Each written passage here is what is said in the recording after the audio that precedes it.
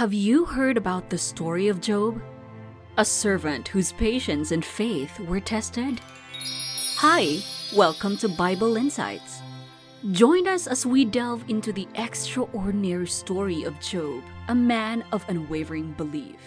In an ancient land of Uz, a man named Job lived a life of unparalleled righteousness and prosperity. Blessed with a large family, abundant livestock, and immense wealth, Job was a paragon of virtue.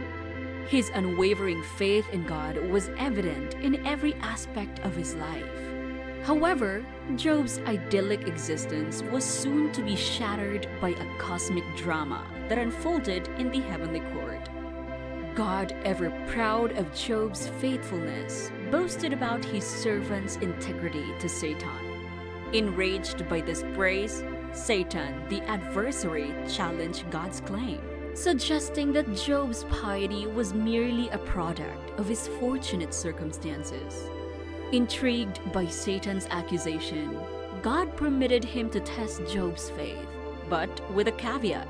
Satan could afflict Job with suffering, but he could not take his life. With a malevolent grin, Satan descended to earth and unleashed a series of devastating misfortunes upon Job. His livestock was stolen, his servants were murdered, and a sudden storm claimed the lives of his beloved children. Job, once a paragon of wealth and happiness, was reduced to a shell of his former self. Yet, even in the depths of his despair, Job remained steadfast in his faith. He refused to curse God or question his divine plan. Instead, he tore his garments, shaved his head, and prostrated himself in the dust, crying out, "Naked I came from my mother's womb, and naked shall I return. The Lord gave, and the Lord has taken away. Blessed be the name of the Lord." Satan, unsatisfied with his initial victory, sought to inflict further torment upon Job. He afflicted him with a painful, disfiguring disease that covered his entire body with sores. Job's suffering intensified, and his wife, overwhelmed by grief, urged him to curse God and die. But Job, with unwavering resolve, rebuked her, declaring, "Shall we accept good from God, and shall we not accept evil?" In the midst of his suffering, Job was visited by three friends, Eliphaz, Bildad, and Zophar. They came to comfort him, but their intentions were misguided. Instead of offering solace, they accused Job of sin and implied that his suffering was a divine punishment. They argued that Job must have committed some hidden transgression to warrant such severe affliction. Job, however, maintained his innocence and defended his righteousness. He engaged in a series of intense debates with his friends, each offering their own interpretations of his suffering. Eliphaz, the oldest and wisest of the three, suggested that Job's trials were a test of his faith and a means of purifying his soul. Bildad, a man of rigid adherence to tradition, argued that Job's suffering was a consequence of the sins of his children.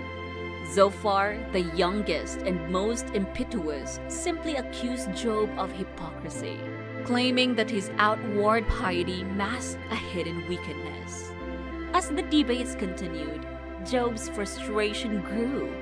He yearned for an audience with God, a chance to plead his case and seek answers to his suffering.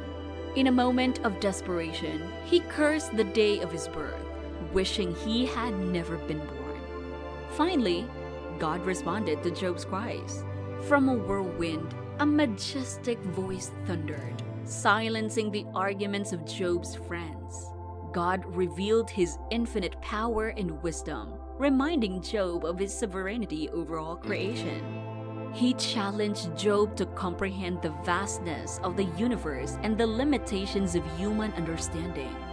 God questioned Job about the creation of the world, the celestial bodies, and the intricate workings of nature.